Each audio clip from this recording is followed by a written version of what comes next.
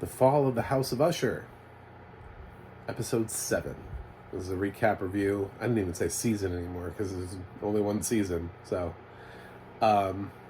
this is the penultimate episode. We got one more episode left in the finale. I try to watch this as quickly as possible. I just don't binge watch. So, I know a lot of people have finished the show. But, good for you. Good for you. So this is kind of the least interesting episode, if I'm being really honest. And I don't think, if I was diving into it and I was really going in at Mike Flanagan, I'd be like, I don't really know that what you did here, trying to make it interesting, necessarily pays off.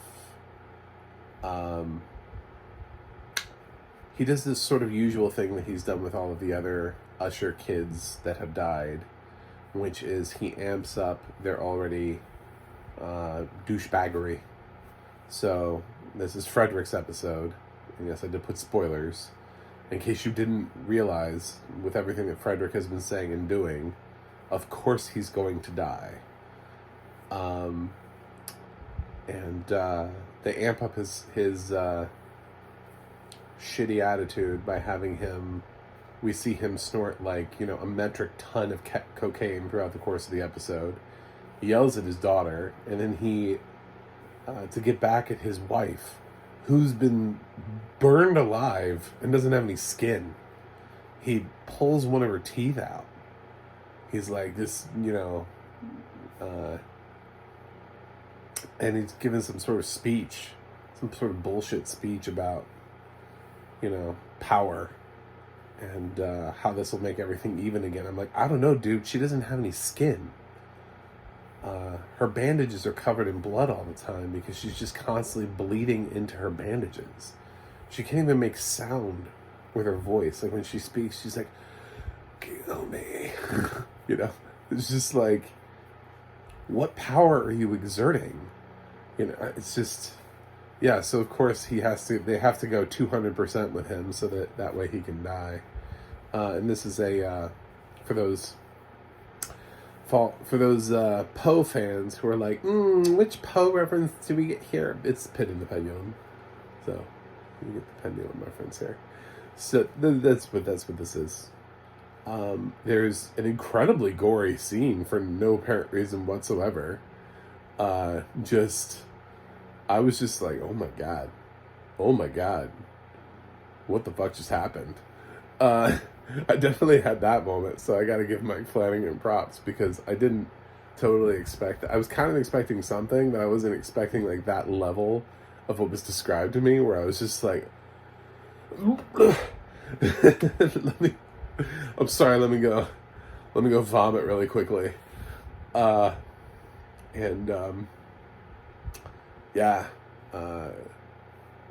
We get young Frederick in a flashback. He's just standing there talking, and then his limbs fall off and his intestines spill out, and he gets cut in half, and it just kind of crumples apart. I'm just like, oh, what? And I think it's even more shocking because it would have happened to I don't know, an 8-year-old at that time. So it's even more disturbing because you're like, what just happened? It feels par for the course for this series. I mean, they've had some other gory deaths, but that wasn't even a death. It was just him being haunted by the past. So I don't know. Anyway, so Dupin is basically done with his bullshit in this episode, and he's like, I'm gonna leave, and he's like, no, don't leave. The story's almost done. By the end of this, you'll have me dead to rights on murder. And then he's like, well, I've heard that before. Yet Dupin decides to stay. I wonder how that would have worked out for, what's her face? I forgot her name. I'm fighting a cold. My brain is not fully accessible. For Carla Gugino and her character. And I wonder how that would have worked out for her should Dupin have exited. Like, what exactly would Verna, see, it came to me, would Verna have done if Dupin had left? Would she go, like, try to haunt him, and, like, would she suddenly appear outside and be like, I think you should hear the man out? And Dupin's like, who are you? You know, because, like, it's not, Dupin is not the one being haunted. He didn't do anything to strike a problem with Verna.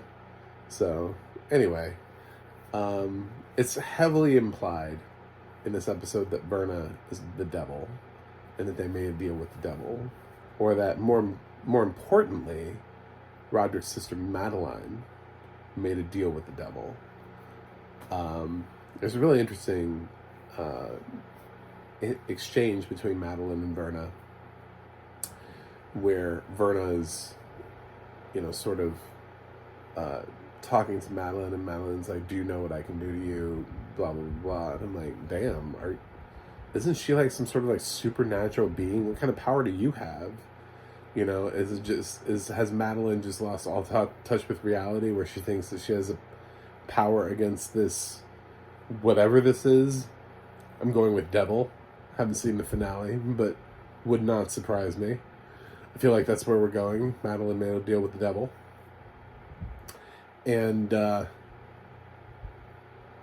she just casually just breaks Verna's neck, and then Verna just reappears. She's like, well, sorry, I guess I was being a little too harsh. It's like, okay.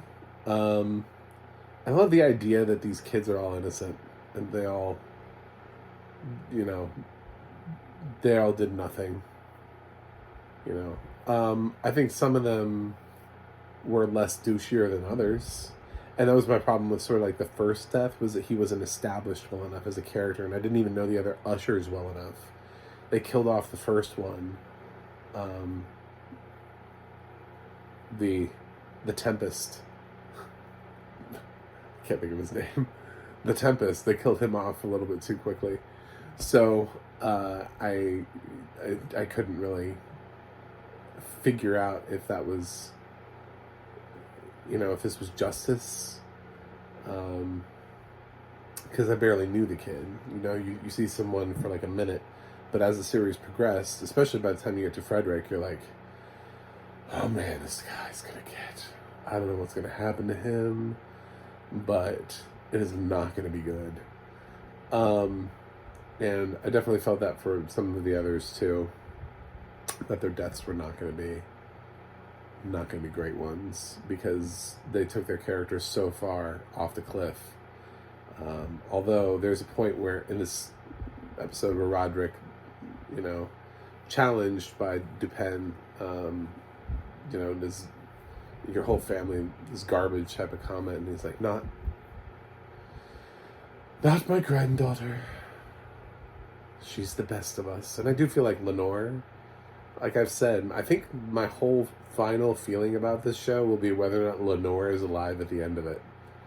I think if Lenore is alive, even if her entire family is dead, and she's the last Usher, that I can be fine with that. But if this poor girl, who is actually legitimately seems to be kind, and they've done absolutely nothing to solidify that there's any reason for her to die, if she ends up dying for some reason, I'm not going to be okay with that. There's no way at this point in Mike Flanagan can pull that off and make me go, yeah, she deserved that. Whereas he did that with the other characters over the course of time, especially with Frederick. By this episode, you're like, fuck this guy. Fuck this guy. So, yeah. It was a weird sort of justice moment. And we saw Roderick also be part of Madeline's, what he thought was going to be like a co-suicide, that they were both going to take these pills and die together, because I guess that was part of the agreement. But Madeline just doesn't kill herself. She just lets her brother take the pills and die. And then Verna's like, nope. Brings him back to life. He's like, nope. Sorry. You don't get out that easily. And I don't know if it's that easily or if it's the fact, because Madeline said we come into this world, we go out this world together, was the deal. And Madeline didn't actually go out of the world, so maybe Verna was like just holding Madeline to her deal. I think that would be more honest than anything else. Instead of just letting Roderick off, quote, easy.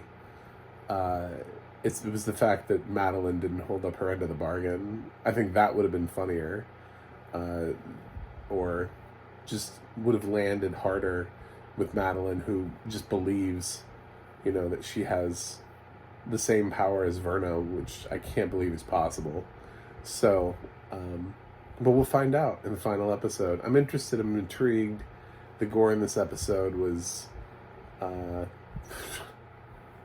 just like, wow. But then again, the gore in a lot of these episodes has just been over the top. That's the thing about Flanagan, is that he delivers for horror fans, but he also has actual character development. So you're actually just like, oh, wow, I know who these people are. Oh, I hate them. Oh, and that you actually know who the characters are by the time anything happens to them. That's the thing I like about all of his shows. And I can't believe Netflix is letting him go, because I think he's one of the few auteurs out there whose content has actually thrived on Netflix. Meanwhile, they have so many deals with other creators whose content is decidedly worse on Netflix than it was not on Netflix. So,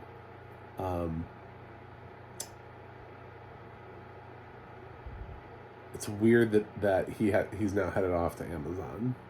Hopefully, he continues to make the same kind of content at Amazon, and Amazon gives him the same sort of free range to do what they do, but with their sort of high cancellation rate around sci-fi horror shows, I don't know. I mean, yes, they have like The Boys, but that doesn't mean that that the fact that they have The Boys and Gen V doesn't help Paper Girls, doesn't help Night Sky, doesn't help The Peripheral, doesn't help all of the other shows like that have stuck in that genre and didn't get past the first season. So, anyway, I'm going to give Fall of the House of Usher, Season 1, Episode 7, an A-. Overall, sure. It was a great episode. It was predictable, but it was a great episode. But predictable. Like, we all knew who was going to die this episode. I think the only way that Flanagan could have changed this up would have been giving Frederick till the final episode, and then having this be some sort of like flashback heavy episode. That would have been the only way, is having his death pushed back one episode. But that's not what happened. So we got his last Usher, and it happened exactly the way we thought it was going to happen this episode. So anyway, I'll be back with the review of the finale shortly. So until then, thanks for watching, and click that subscribe button. I'll see you guys on the other side.